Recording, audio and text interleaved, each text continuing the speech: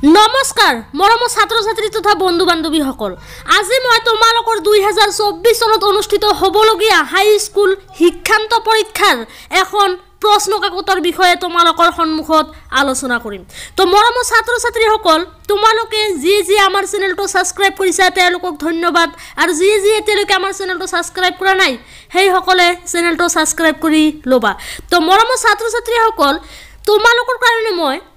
বিজ্ঞান বিষয়েৰ এখন প্ৰশ্ন কাকত লৈ আহিছো যিখনৰ বিষয়ে মই তোমালোকৰ সন্মুখত আলোচনা কৰিম তো তোমালোকে ভিডিওখন স্কিপ নকৰাকৈ প্ৰথমৰ পৰা শেষলৈ চাই থাকিবা তো আহা মৰমৰ ছাত্ৰ ছাত্ৰীসকল আমি সেই বিষয়ে আলোচনা কৰিম তো মৰমৰ ছাত্ৰ ছাত্ৰীসকল তোমালোকে ইয়াতে তিনিখন কোৱেশ্চন পেপাৰ চাব পাৰিছা তোমালোকৰ জেনাৰেল সায়েন্সৰ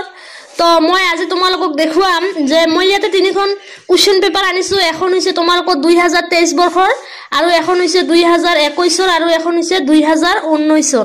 তো তোমালোকে ইতিমধ্যে গমে পাইছা সম্পূৰ্ণকৈ তোমালোকৰ পৰিৱৰ্তন কৰা হৈছে মেট্ৰিক পৰীক্ষা 2022 পৰা নতুন নিয়ম কৰিছে আগতে যি ধৰণৰ প্ৰশ্ন কোটা হৈছিল এতিয়া তাতকৈ বিপৰীত অলপ বেলেগ হয় তো মই আজি তোমালোকক দেখুৱাম যিখন 2023 লাগিলে মই তোমালোকক মোৰ লগত 2021 প্ৰশ্ন কাকত আছে আৰু 2019 প্ৰশ্ন কাকত আছে সেই সমূহ দেখুৱাম কিন্তু তোমালোকৰ যি নতুন পদ্ধতিত মেট্ৰিক পৰীক্ষা হ'বলৈ গৈ আছে তো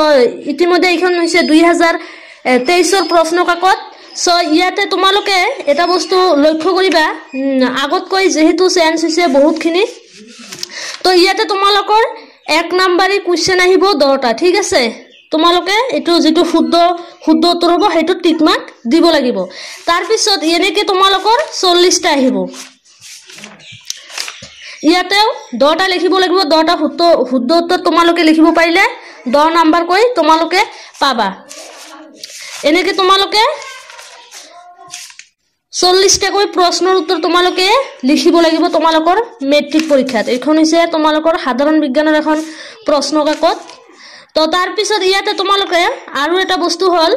এটো তোমালোকৰ 5টা লিখিব লাগিব এটাত 1 নম্বৰ কৈ আছে তো ইয়াতে তোমালোকৰ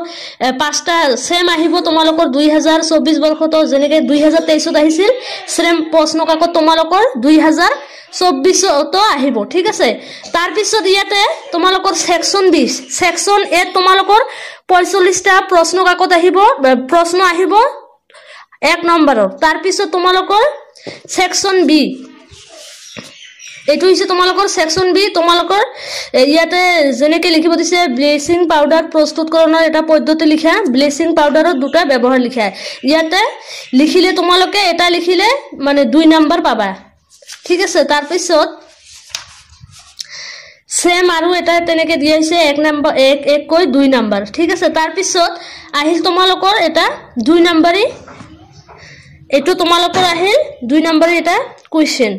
তো এনেকে তোমালোকে পাৰিলে কাৰোবাৰ 2023 যিসকল ছাত্ৰ ছাত্ৰীয়ে মেট্ৰিক পৰীক্ষা দিছিল হিয়তৰ প্ৰশ্ন কাকত বিলাক আনি তোমালোকে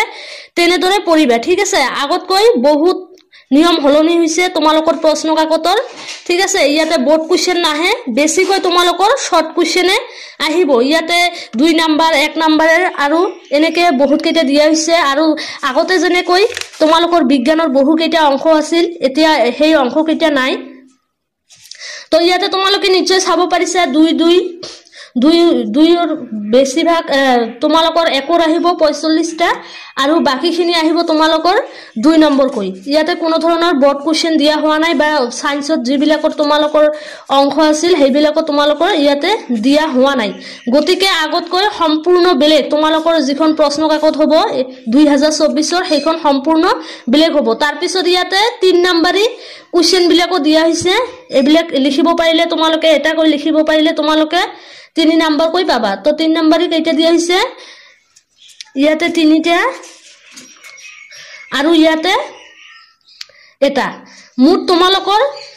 3টা কৈ তোমালোকৰ 3 নম্বৰৰ 4টা কৈ প্ৰশ্ন ইয়াতে দিয়া হৈছে